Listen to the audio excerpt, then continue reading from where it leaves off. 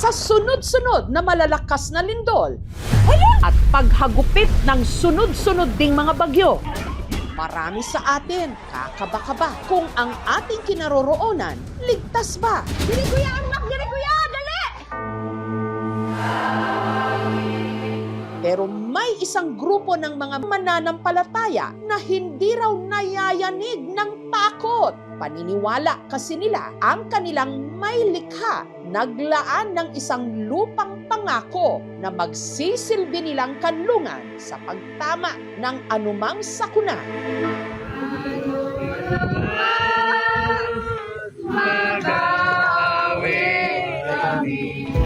At kamakailan lang ang daan-daan nilang mga miyembro na lahat nakaputi na videohang nagpoprosesyon paakyat ng isang bundok kung saan daw naroon ang kanilang lupang pangako.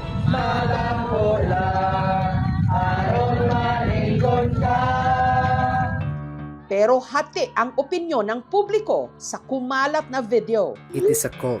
Delikado. Another cult in the making. Saan nga ba makikita ang di umano bagong Jerusalem na inihahanda raw ng Diyos para sa kanyang mga tapat na anak?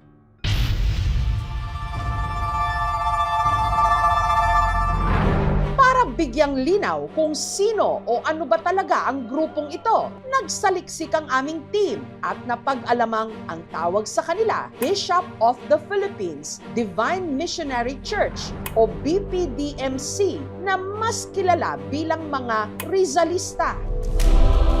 At ang kanilang simbahan matatagpuan sa tuktok ng bundok sa bayan ng Dumingag sa Zamboanga del Sur na kung tawagin nila Belen Bagong Jerusalem. Para marating ito, kailangang sumakay ng 4x4 pickup. Habang binabagtas ang malubak na kalsada paakyat ng bundok, may mga madadaanang gusali. Mga simbahan daw ito ng BPDMC. Dahil hindi na makapasok ang mga sasakyan sa bahaging ito ng kalsada, kinailangan ng sumakay ng aming team sa habal-habal.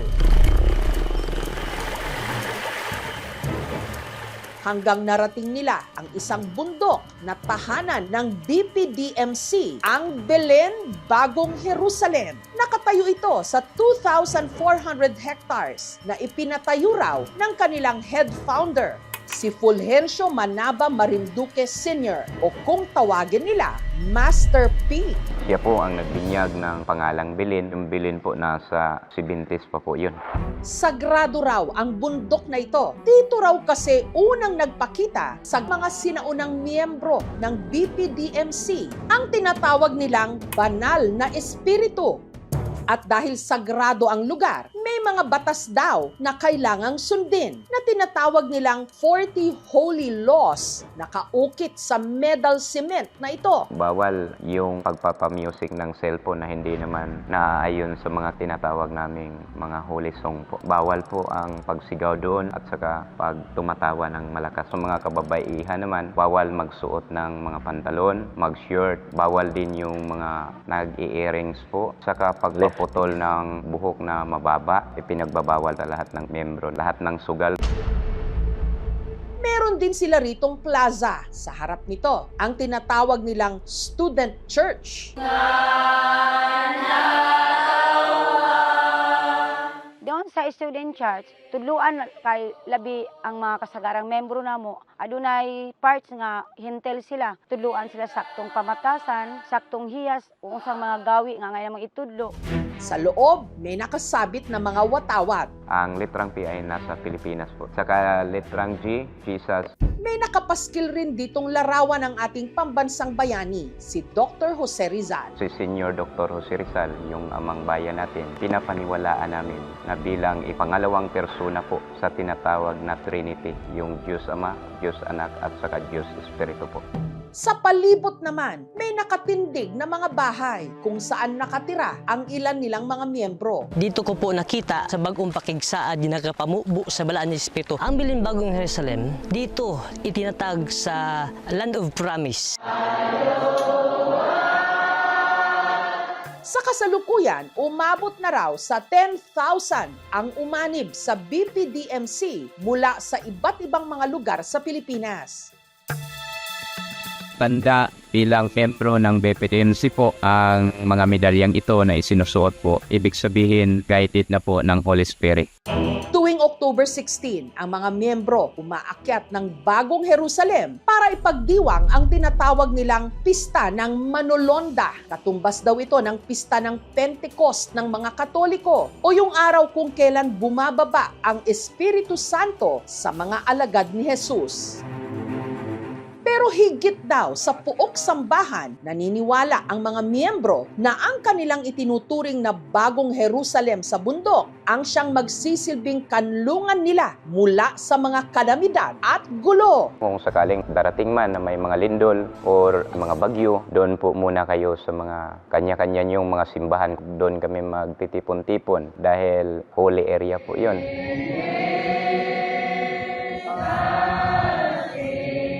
Pero dahil para sa iba, kakaiba ang paraan ng pagpapakita nila ng pananampalataya, may ilang duda sa integridad ng kanilang grupo. Sa kasaysayan ng Pilipinas, ang kulto ay umuusbong sa panahon ng paghihirap, naghahanap ng maraming pag-asa yung mga miyembro, nakakaroon sila ng positibo na pananaw sa panahon ng walang katiyakan. Wala naman sigurong kulto nga may 40 nga batas. Sa akong kaugalingon o sa tibuok namong pundok, ang pagtulunan sa apostolis o apostolada dili jud kulto kay mga ginayran sa balaan nga espiritu. Na-registered po ito noong 1979. SIC registered number namin 90277. Sa ilalim ng Article 3, Section 5 ng ating Konstitusyon, ay mayroong karapatan ang bawat tao na magkaroon ng kanilang sariling relihiyon. Ang tawag dito ay corporation soul. Ang tingin ng simbahan dyan, malaya kayo. Kung talagang mabuti naman ang nagagawa sa tao ng kanilang paniniwala, ay okay din naman yun. Bakit hindi? Huwag lang ang kanilang samahan o movement ay papunta sa masama. Ano naman kaya ang masasabi ng mga eksperto sa paniniwala ng grupo na ang Bagong Jerusalem di umano disaster-proof? Based on our hazard assessment, which was developed by the PHIVOLCS and the DOST, less ang kanyang possibility to have an erosion. It is safe for like tsunami. Pero hindi po natin masasabi na ligtas po sila sa bagyo at hagupit ng malalakas na hangin. The nearest fault line is 100 meters away. Para sa akin, pinaka-importante, i-respeto po natin ang isa't isa kung ano man ang kanilang paniniwala. Kanya-kanya man tayo ng kulay at mukha ng pananampalataya. Alam nating lahat na nag-iisa ang Diyos at dapat tayong lahat tumalima sa kanyang mga utos. Maging mabuti, gumawa ng mabuti. Dapat lahat tayo maniwala dyan.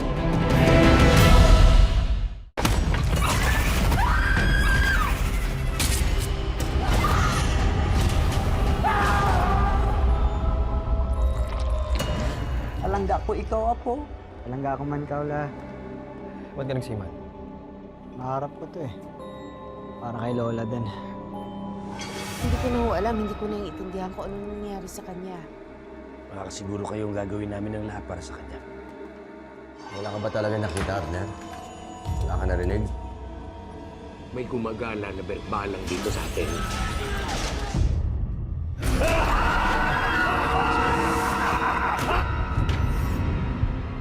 Ang mga nangangambang puso't isip, ginagamit yan ng demonyo para kumapit sa kaluluwa ng tao. Alam mo kung sino yung dapat mong ipagdasal na hindi mo makita? Si Pochong. Kumakain ng patay, may mata ng pusa, may pakpak ng pangke, lumalakas kapag kabilugan ng buwan. Mag-iingat ka sa masusunod mo sasabihin. You know about the Pochong? Please refrain from talking about Pochong. Do not attract its attention. Father Rex, yan po bang pinakamatinding sanik na naharap ninyo? Hindi ako titigil hanggang hindi ako nakapaningin. Hindi tayo papatay. kakampi natin ng Diyos. Huwag sumapakita sa akin! Ha?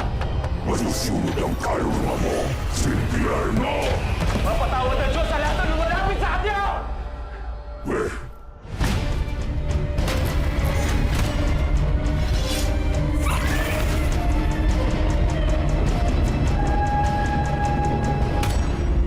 Ito po si Jessica Soho at ito ang Gabi ng Lagim.